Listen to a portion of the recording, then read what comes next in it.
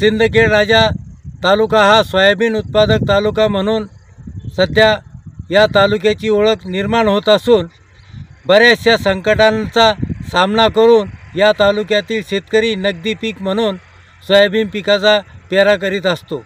सुरुवातीला वन्य प्राण्यांचा या तालुक्यातील सोयाबीन पिकाला मोठ्या प्रमाणात धोका असतो।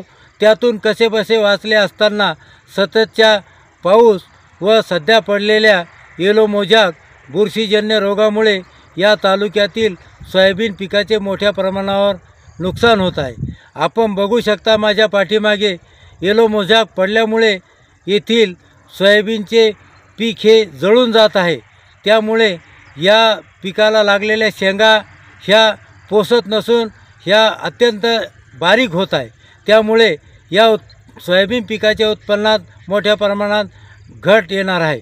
आधीच सतत पावसामुळे व या तालुक्यातील शेतकऱ्यांच्या विविध संकटामुळे या तालुक्यातील शेतकऱ्यांचे पीक कर्ज फिटत नाही। या तालुक्यातील शेतकऱ्यांना विशेष पॅकेज सोयाबीन कापसाचे अनुदान मिळाले नाही।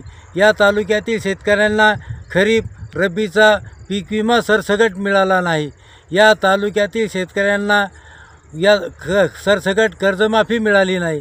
बरेच शेतकरी प्रोत्साहनपर अनुदानापासून वंचित आहे। शेतकरी राशन कार्ड धारकांना राशन मिळत नाही। त्यातच या तालुक्यातील शेतकऱ्यांसाठी शासनाने हमीभाव केंद्रे सोयाबीन हमीभाव केंद्रे तत्काळ सुरू करावे। सोयाबीनचे हमीभाव हे वाढवून किमान 8,000 रुपये क्विंटल सोयाबीन शासनाने खरेदी करावी।